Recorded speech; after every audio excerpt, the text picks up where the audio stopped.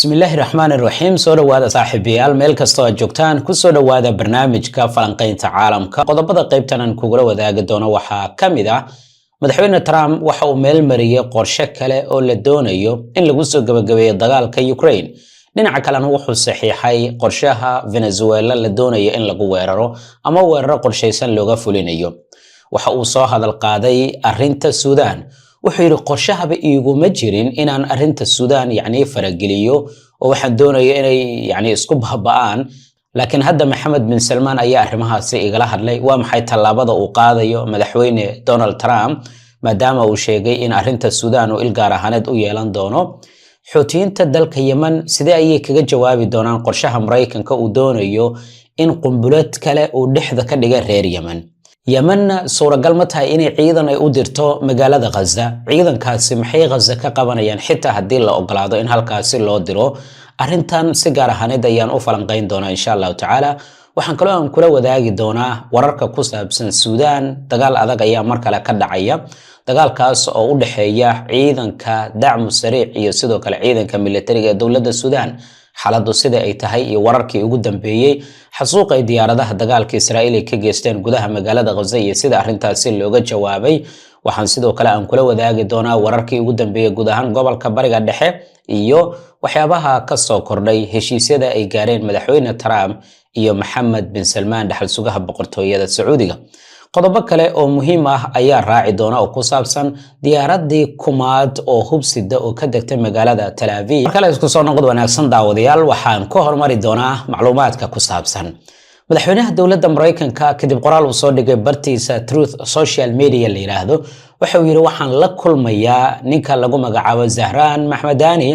ama Zahran Mamdani kulankaas oo ka dhacaya aqalka cad ee dalka Mareykanka ninkan oo dhawaan loo doortay duqa magaalada New York oo dalka Mareykanka ah ayaa waxa ay hadallo kulul isweydaarsadeen madaxweyne Trumpna bartiisa ayuu qoraal soo dhigay wuxuu yiri isaga ayaa iga dalbaday inaan la kulmo waxaana la kulmi doonaa maalinta biri oo Jimco ah kulankana wuxuu ka dhici doonaa buu yiri aqalka cad ee dalka Mareykanka Mamdani la imika kama uusan jawaabin waa duqay ugu horeeyay oo muslim ah oo talada magaalada New York qabta duqa magaalada New York noqda kadib doorasho aad u adag oo halkaasi ka dhacday bisha January ayuu xafiiska la wareegi doonaa wuxuu noqonayaa ruuxii ugu horeeyay ee muslim ah oo noqda duqa magaalada New York waxa arrintan ku soo beegmaysaa iyada oo madaxweyne Trump oo duqa magaalada London oo si weyn u weeraray maadaama dhowr jeer loo doortay inuu noqdo duqa magaalada London isagoo ah ruux muslim ah oo ka soo jeeda wadamada Aasiya waan arki doonaa kulankaasi waxyaabaha ka soo kordho oo ilgaar ahaaneed lagu hayo aan ku raaciyo waxa jira qorsho dhowr iyo 20 qodob ka kooban oo madaxweyne Trump uu soo jeediyay ama soo diyaariyay kaas oo la sheegay in qalinka lagu doogay si hoosana looga wada shaqeynayo qorshahaasi waxa la doonayaa in lagu soo gabagabeeyo dagaalka Ukraine iyo sidoo kale ciidanka Ruushka u dhaxeeya oo tan iyo February 2022 ka soconaya gudaha dalkaasi qorshaha sida wararku ay sheegayaan waxa ka shaqeynaya mas'uuliyiin ay ka mid yihiin madaxweyne ku-xigeenka dalka Mareykanka wasiirka arrimaha dibadda ee Mareykanka ergeyga Mareykanka u qaabilsan Bariga Dhexe iyo Jared Kushner wiilka sodog uu yahay madaxweyne Trump waxa lagu waramayaa in madaxda Ruushka iyo madaxda Ukraine qorshahan lagala hadlay oo 28 qodob meelaha ka kooban waxyaabo waxa jira marka muran badan dhaliyo oo ku saabsan qorshahan oo qayb ay ka tahay in Ukraine ay ka tanaasuli doonto dhul aad u badan Ruushkana sidaas oo kale oo dhul Ukraine uu ka qabsaday inta dagaalku uu socdo dib uu kaga laaban doono waxyaabaha lagu muransan yahay waxa qayb ka damaanad qaadida dhanka amniga ee dawladaha Ukraine iyo sidoo kale Ruushka sida qorshaha uu dhigayana labadooduba waxa la siiyay damaanad qaad dhanka amniga si gaar ahaaneed dawladda Ukraine sida wararku ay sheegayaan laakiin wadamada qaaradda Yurub qaarkood waxay sheegeen inay si weyn ay kaga naxeen oo ay aad ula fajaceen markii qorshahani ay arkeen oo 28 qodob ka kooban kaas oo ku qasbi doona reer Ukraine in dhul badan ay ka tanaasulaan qorshahan waxa qayb ka ciyaaraya Turkiga sida wararku ay sheegayaan maadaama Turkiga gashanbuurta NATO uu ka mid yahay labada dawladoodna saaxiib uu leeyahay waa Moscow iyo sidoo kale xukuumadda Kiev madaxweynaha dawladda Ukraine shalay wuxuu yimid magaalada Ankara oo caasimadda ee dalka Turkiga ah Erdogan ayuu la kulmay sidoo kalena maanta wuxuu magaalada Kiev kula kulmi doonaa saraakiil dhanka militariga ah waxba karsamay oo waxa la doonayaa dagaalkan in la soo gabagabeeyo maadaama dhaqaale badan lagu bixiyay Ruushkana laga dhaadhicin waayo waxyaabo badan oo ay ka mid tahay dagaalka iyo sida loo joojinayo iyo marxaladaha loo marayo joojinta dagaalka. laakiin qorshahan 28 qodob ka kooban waxaa la yiri Putinna waa lagu wargeliyay, xukuumadda Kievna waa lagu wargeliyay oo saraakiil kala duwan ayaa lala kulmay. Turkigana door dhexdhexaadineed ayuu ciyaarayaa. lama oga ilaa iminka marka qodobada rasmiga ee ku jira, laakiin waxa laga walaacsan yahay dhulka Ruushka uu qabsaday ee Ukraine ka tirsan sida laga yeeli doono sida Donbass, Kherson, Zaporozhye iyo dhulkii markii horeba aftida loo qaaday lana sheegay in dalweynaha Ruushka uu ka mid yahay. sidoo kale lagama wada hadleen, lagumana cadeynin qorshahan waxa laga yeeli doono shuruudaha Ruushka ee ah Ukraine inaysan ku biiri karin dalalka gaashaanbuurta NATO. su-aashuna waxay tahay midowga Yurub iyo Ukraine qorshahan cusub miyay aqbali doonaan? haddii Ukraine lagu qasbo inay dhulkeedii ka tanaasusho, wax la isweydiinaya maxay ku bedelanaysaa? maxayna u dagaalamayeen 3 sano ee la soo dhaafay? Ruushka damaanad amni sidee ayuu ku heli doonaa? ma waxa la dhihi doonaa deegaanadii aftida loo qaaday adiga ay ka mid yihiin, laakiin waa in meelaha qaar ciidamadaada ay ka baxaan? si cad looguma sheegin qorshahan 28 qodob ka kooban, laakiin waxyaabaha ka soo kordha waan kula wadaagi doonaa insha Allah. dalalka carabta waxaa laga baadigoobayaa ciidan nabad ilaalin ah oo qayb ka noqda qorshaha madaxweyne Donald Trump oo loo diray magaalada Gaza ee dhulka Falastiiniyiinta. maadaama golaha ammaanka ee qaramada midoobay arrintan ay meel mariyeen, Yemen waxaa lagu warramayaa codsi in loo diray oo laga dalbaday xukuumadda caalamku aqoonsan yahay inay ciidan dirto. ciidankaas oo qayb ka noqonaya kuwa ISF loo soo gaabiyay ama ciidanka xasilinta ee magaalada Gaza. ciidamadaasi oo mandate-ka qaramada midoobay ku socda, yani ogolaanshaha qaramada midoobay halkaasi ku tagaya, Mareykankana uu ka shaqeynayo. dowladdu ilaa imika kama aysan jawaabin, waxaana lagu warramayaa sida wakaaladaha wararka Faransiiska iyo kuwa kale ee gobolka ay baahiyeen in codsigani madaxweyne Trump uu ka yimid, lagana dalbaday dowladda Yemen inay ciidan diyaariyaan. ciidankaas oo qayb ka noqon karaya ciidanka xasilinta ee magaalada Gaza loo dirayo. inkastoo jawaabta aanan lahayn, haddana waxaa la isweydiinayaa arrintan saameyn intee la eg ayay reer Yemen ku keeni kartaa? suuragalna ma tahay in iyaga dhexdooda la doonayo dab in laga shido? sidee? Xuutiyiinta Yemen waxaan ka warhaynaa inay ahaayeen kuwii la dagaalamay Israa'iil, in badanna sheegayay inay difaacayaan magaalada Gaza, ciidamada Israa'iil inay ka difaacayaan. sidee marka cagsiga dhinaca kale isla reer Yemen ay ciidan ugu diri karayaan magaalada Gaza kuwaas oo ka shaqeynaya qorshihii Israa'iil? halkaasi caqabad waaweyn ayaa laga baqayaa inay ka timaado oo Xuutiyiinta iyo ciidanka Yemen la doonayo in qoorta la isu geliyo. muddooyinkii ugu dambeeyana waa laga shaqeynayay sidii Xuutiyiinta dhexdooda loo gali lahaa, sirdoon ahaanna loogu abuurmi lahaa, kadibna awoodda ay ku leeyihiin gudaha dalka Yemen hoos loogu dhigi lahaa. dowladda Yemen waxaa lagu warramayaa qorshahan weli inaysan go'aan ka gaarin. dowlado badan ayaa jira kuwaas oo doonaya inay qayb ay ka noqdaan ciidanka nabad ilaalinta ee loo dirayo gudaha magaalada Gaza, laakiin qaar ka mid ah dowladahaasi Israa'iil ayaa ka soo horjeeda. haddii Yemen ciidankan ay ku biirto, waxay si toos ah dib ugu sii shidi doontaa colaadii gudaha oo kooxda Xuutiyiinta dalka Yemen oo taageero ka helaysa Iiraan waxay tallaabadan u arkayaan inay tahay gaf ka dhan ah muqaawamada Falastiiniyiinta, waxaana ay ku doodayaan inay iyaga ay ahaayeen difaacayaashii dhabta ee Falastiin. Xamaasna horey way u diiday ciidan caalami ah, waxaana u arkaan in loo adeegsanayo in muqaawamada lagu kala jibiyo, laguna dhaqo qorshaha Mareykanka ee uu la doonayo gudaha magaalada Gaza, si gaar ahaaneed arrinta ku saabsan hubka dhigista xoogagga iska caabinta. sidaa daraaddeed Mareykanka wuxuu si cad u raadinayaa dalal muslimiin ah oo ciidan u dira magaalada Gaza si loo yareeyo in dowladaha kale ee Faransiiska iyo Mareykanka iyo Ingiriiska iyo kuwa la midka ah inay ciidan u diraan gudaha magaalada Gaza, taasoo sare u sii qaadaysa tuhunka gumaysiga tooska ah oo kaliya huwan magaca ciidan nabad ilaalin ah. Yemenna marka wuxuu Mareykanka u arkayaa meel sahlan maadaama ay xaalad adag ay ka jirto, burbur siyaasadeedna uu ka jiro, suuragalna ay tahay inay ciidan ay u diraan gudaha magaalada Gaza. qaar ka mid ah saraakiisha ciidanka dowladda Yemen oo la wareysta marka waxay yiraahdeen suuragal ma ahan horta marka hore inaan ciidan halkaasi u dirno oo badan. haddii ay dhacaysana waxaan u diri doonaa saraakiil iyo qubaro oo kaliya oo kooban, kuwaas oo qayb ka noqda qorshaha nabad ilaalinta ee magaalada Gaza. adigu maxay kula tahay?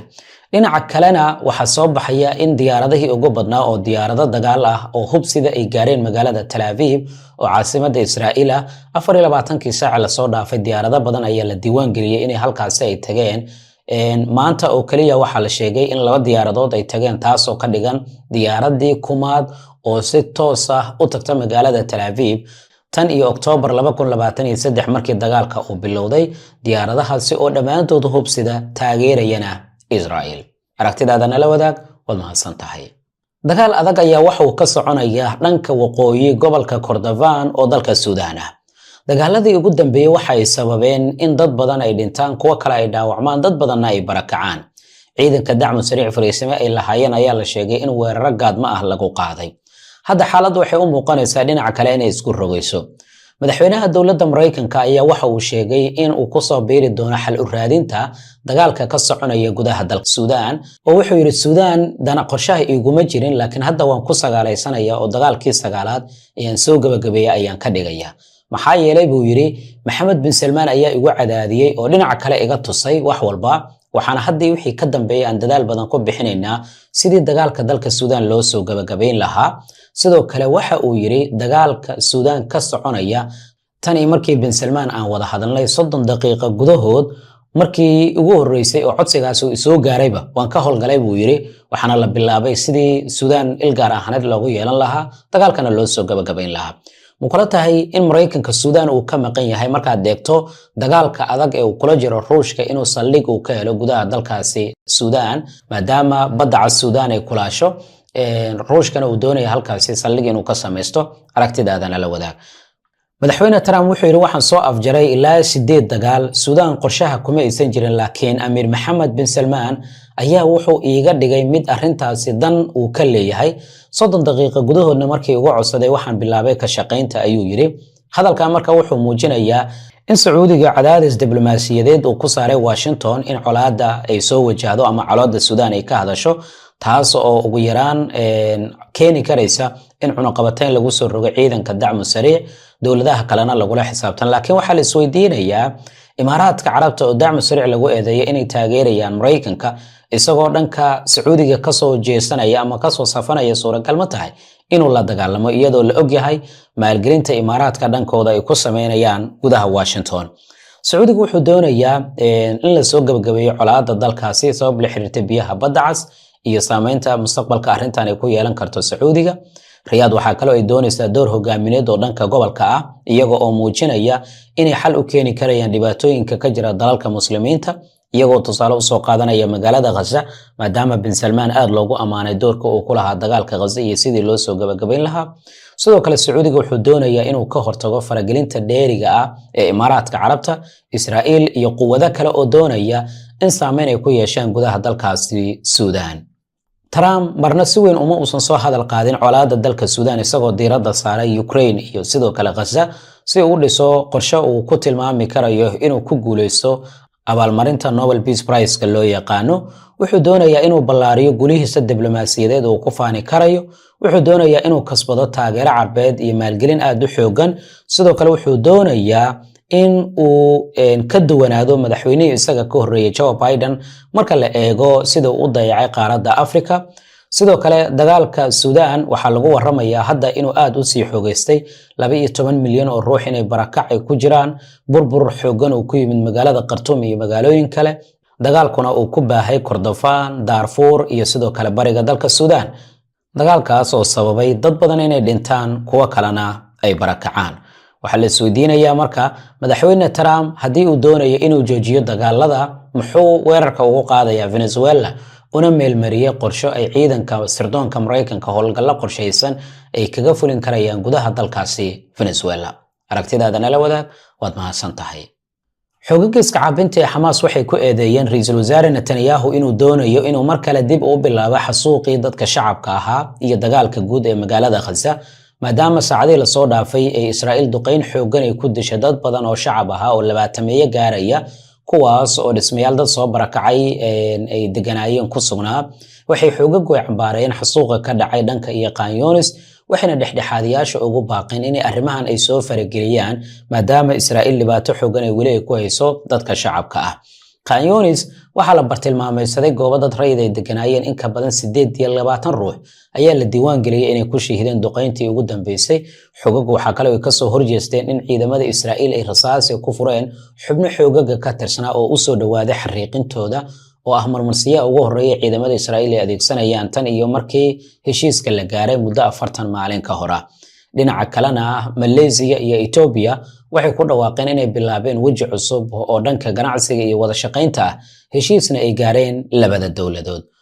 xuquuqda aadanaha hay'adaha u doodana waxay shaaci ka qaadayaan in ciidamada Israa'iil dhibaato xooggan ay ku hayaan dadka shacabka ee ku nool dhanka daanta galbeed kuwaas oo qaarkood la xiray qaarkoodna dhibaato loo geystay dhanka iyo Syria hadii aan eegnana ciidanka dawladda Syria waxa lagu waramayaa inay duqeeyeen fariisimay ciidanka SDF ay lahaayeen kadib markii bariga magaalada Raqqa weerar culus ay ka geysteen xogaga Kurdiyiinta iyagoo bartilmaameedsaday fariisimaha ciidamada dawladda Suuriya armaano idil waxyaabaha ka soo kordha waan kula wadaagi doonaa insha Allah aad baad u mahadsantahay nabadgelyo assalaamu calaykum waraxmatullaahi wabarakaatuh